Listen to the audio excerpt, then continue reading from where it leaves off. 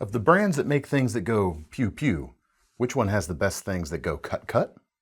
We're going to be answering that and more, hopefully, today in this episode of Knife AQ, number 219 of the series, where I answer all your questions, sharp or dull.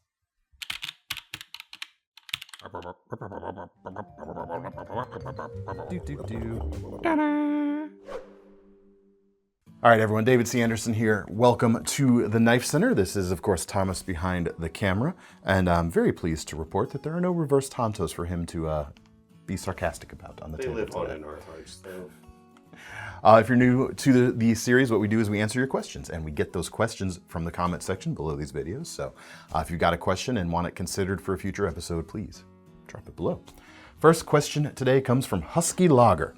What are the top 3 knives, in DCA's and Thomas's opinion, I didn't give you advance warning here, sorry, from Pew-Pew brands? I'm glad you said brands as opposed to makers or gun companies, because no major gun companies actually make their own knives. The closest would be Hogue, who makes knife accessories, gun accessories, but also has their own knife division. And honestly, the quick and honest answer is pick any 3 from Hogue, and then there's your top 3.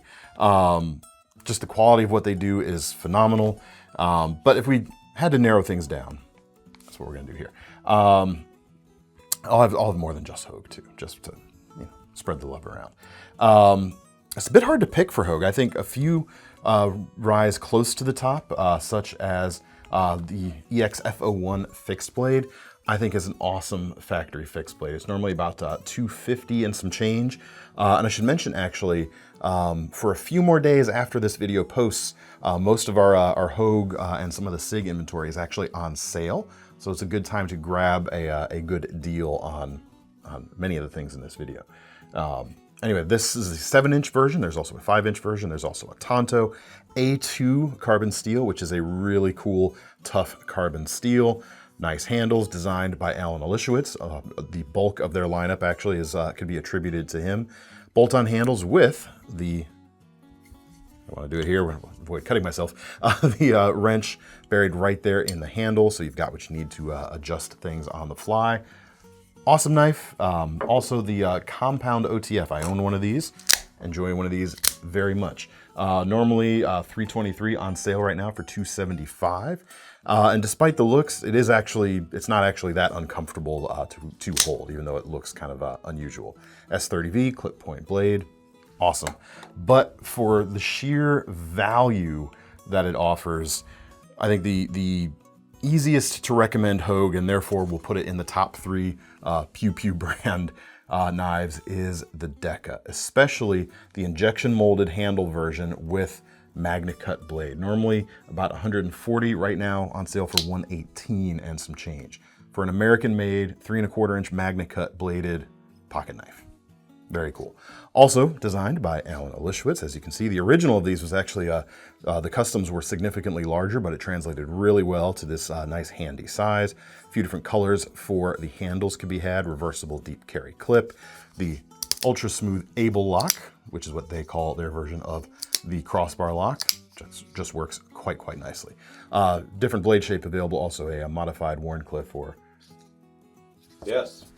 If you want to see it, I'll show it right here, just because. The website... I got one on the table in the end. I regret it. This is the Knife Center exclusive version of the, as it says on the website, modified Warncliffe blade. I could talk to a guy though. Compound ground. I mean, especially on sale. I mean, normal price is good enough, but especially on sale for less than 120 bucks, hard to argue with the value there. In no particular order of 1, 2, and 3, these knives will show up. In that top 3 also, SIG, of course, makes firearms, and Hogue actually makes grips for some of those. Hogue actually does a lot of stuff. Like, they make everything from, I kid you not, like toilet seats to airplanes. They also make knives and gun accessories. So, but they make the SIG products as well. And a lot of the, or some at least of the products in the SIG lineup are rebadged versions of Hogues. Not that there's anything wrong with that. However, I want to show an original to the SIG lineup. That is the K320. And our KnifeCenter exclusive version here, I think, is the ultimate version. Not just because it is our exclusive, but because I think we picked the exclusive very well. Regular price is about $162. And on the on sale price, again, for just a few more days, is like less than $138 right now. 3.5-inch Magna Cut blade. We only have the Tonto in stock right now, but it also comes in a drop point. Milled aluminum handles with an awesome texture on it. It feels excellent. The quality of their crossbar lock is just so good. Works exceptionally well. Great ergonomics on this knife. You've got a choke up point with a bit of a guarded finger choil there for closer up work. 4-position pocket clip, something you don't see too often on a crossbar locking knife. Awesome quality. It's Hogue. Hogue's good, man. Hogue actually also used to make the H&K line, or the HK line of cuts. No longer, unfortunately. I say unfortunately. I like Boker too, who's the current possessor of the rights to use that name on knives, but I just have a soft spot for Hogue. But we'll go with their fixed blade right now. There's only a couple new Boker HKs so far. This is the MP7 personal duty knife, and I like it for its versatile design and good price.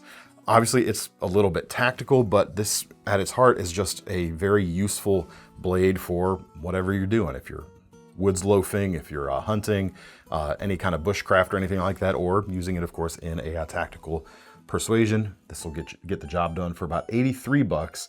14C 28N blade, about 4.5 inches, or just under 4.5 inches. So very tough steel for harder use. Injection molded handle with a very good shape overall.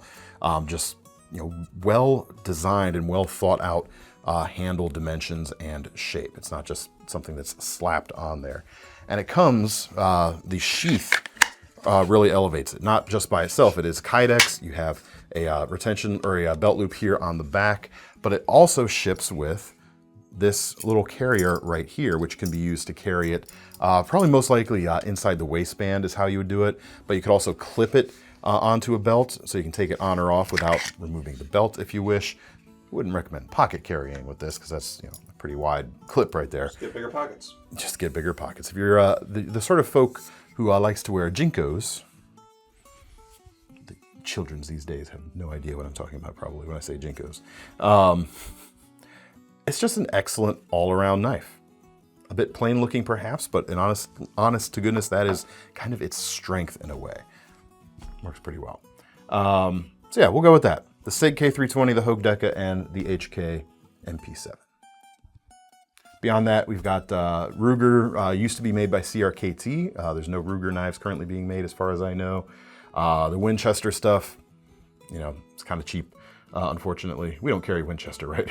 I don't think so. Same thing kind of with the Smith & Wesson. Like, I like Smith & Wesson as a brand, but their knives are, they are what they are. They're kind of on the bottom end of things these days. Not the very bottom, I would say, but they can't really compete with these top three right here, I think the trouble is, like, a lot of the firearm manufacturers, they kind of treat knives as Ferrari would aftershave. Yeah, like they're almost like accessory products. Just something to slap their label on. Yeah. It's unfortunate. Yeah, and that's something that like Hogue and the brands they've managed definitely doesn't do that. Like their knife division is a knife company. Like they are knife centric and they really focus on utility and usability and quality. And honestly, it really shows. All right. Now we come to the Damyr's Buried Treasure segment, where for the second time through the alphabet, we're going through and showing something that hasn't been shown on the channel before. We're on the letter K right now. And for those who are wondering, this was a question by our username Damyr that inspired a segment in this case. So we're just continuing it. We're on K, and in the spirit of kind of like tactical bang bang things here, K-Bar is a company that isn't a gun company, but they feel almost like a gun company that's kind of like adjacent, especially in like market awareness and that sort of thing. And we have never shown the Big Brother. on the channel right here. Yeah, I was surprised too. I looked, I couldn't find an instance where we did. If we have, and you know where it is, you could certainly prove me wrong, but I couldn't find it. Anyway, this is the larger, more bodacious version of the Mark II fighter, the classic K-bar, the 1217, whatever you want to call it. The K-bar is what a lot of people do call it. Almost 9.5 inches on the blade here, 1095 CV flat ground with a plain edge here on one side, kind of a saber height flat ground actually. And then serrations on the back spine portion right here for serrated cutting when need be. Tackling some rope maybe would be a good usage there. Nice stacked leather handle, just like the original. In fact, the shape and size of the handle is, if I'm in my hand's memory, feels exactly the same. So it's cool. You could chop with it a little bit more. It's still not, it's not crazy heavy for what it is. So chopping is not its main purpose, but you could do it with the extra length, but it's not going to weigh you down as much as some heavier duty, frankly more capable choppers might.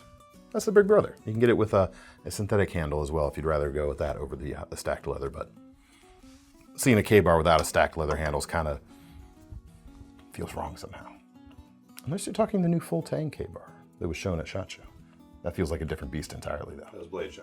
Blade Show. Why do I keep doing that? Because we're talking about shooting companies. Shot, bang. Maybe. I'm sure we'll see it at SHOT Show too. I certainly hope so. All right, well, let's get to the lightning round for today. Zachary Pacheco asks the first question. Hey, do you see a post-Blade Show question here? What is your favorite folder under 150 at Blade Show this year and why? Would love to pick up something new and maybe even innovative. Well, you know, in line with some of the brands we've shown on the table here, it's almost like I planned this out, huh? You plan?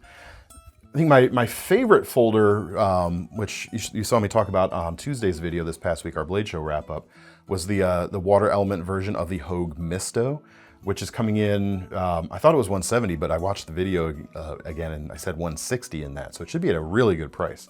So it's right over your 150. It's a great knife, but it's maybe not innovative. Anything under the $150 mark we saw wasn't really innovative either, but I have something that's a little bit different that I really liked. And that would be the K-bar F01 CV folder. It's not really innovative per se, but it's a fully, it's a modern lockback with deep carry clips, deep carry wire clips, and a 1095 carbon steel blade, 1095 CV carbon steel blade. Not something you see pretty much at all. That combination of like vintage blade steel and modern design and modern construction on the handle. I thought it was really cool, and the price on that as well was like somewhere like 60 to 70 bucks as well. So good value, US made, a little bit different. I think if you're asked, since you mentioned innovative, it feels like you want something a little bit different, and this could definitely scratch that itch. So I'm gonna go with that. All right, Tony Tool Time asks, wouldn't a bow drill burn right through handle material in a bow drill divot? Thanks. This was in response to the video on the drop bear survival knives from Kaiser that we showed that had a bow drill divot. And simple answer is yes, unless. Here's two famous examples of knives with bow drill divots that are available now. First is the Tops Bob, or the Fieldcraft, the Brothers of Bushcraft survival knife. This has a micarta handle with a bow drill divot. And with enough friction, yes, you can definitely darken and kind of burn this, but not in the same way wood would discolor. And the reason I put this in the sheath is make sure you're using the sheath when you actually use this as the bearing block for your bow drill. Thank you very much. Micarta is pretty durable stuff, so it's going to change it, but it's not necessarily going to ruin the handle. Or you could do what the new Drop Bear series did, which is the same, or similar anyway, to what the Firecraft series from White River Knives has done. This is the FC7 right here, and you've got a metal cup embedded in the handle. And yeah, that's gonna heat up and the material underneath it might heat up, but you're not gonna really scorch that. I wouldn't worry about that at all. The thing that the Drop Bear series upcoming did that is different from this, however, is they actually integrated their bow drill divot into the other side of the handle attachment hardware, which is kind of interesting. But I would say there's nothing to worry about in those cases. And you're probably not going to make a habit out of making a bow drill. Yeah, I mean, it's designed to be like, in case you need it, you've got it. You don't have to go scavenge a thing in an emergency scenario. And yeah, you should definitely practice doing this thing. So, it might get some use, or it should get some use, but it's not an everyday thing. Anyway, now we come to our final question of the day, which is, of course, our most seriousest question of the day. Yeah, make sure they know. From EDC Academic. Hey, DCA, love the FAQ. I have an MSQ. I'm in the market for an EDC OTF with ZBP, IDK if QSP makes one. How about HK or CRKT? Oh, and FRN or GFN handles would be nice, and OD green if available. As for the blade, CPM would be great, but AUS might work, depending on how you pronounce it. I would also prefer USA made, and I need it ASAP, so it must be something you have in stock. How close can you get me? Thanks, and say hi to Seth V and the rest of the KC crew. I'll think about it. Well, YMMV, BTW, but IMO, I gotta read it here. Grab you a G&G Hawk. None in stock at the moment. IRC, sorry, TTFN. That's all we got for today, folks. Keep your questions coming. Keep your most seriousest questions coming as well. You folks are the lifeblood of this series, so we need your input so that we can react and do silly things. And we need a PDQ. Yes, please do. Anyway, let me know what you thought of the answers in the comments. Let me know your top 3 gun brand knives in the comments. If you have any alternate suggestions for folks who ask questions today, make sure to leave them below as well. And in the meantime, to get your hands on any of these products, check out the links in the description, which will take you to KnifeCenter.com. Where don't forget about our long-running Knife Rewards program, which means you can earn some free money to spend on a future knife when you pick one of these up today. Knife or anything you pick up. Yeah. That's all for now. DCA from the Knife Center, Thomas behind the camera. See you next time.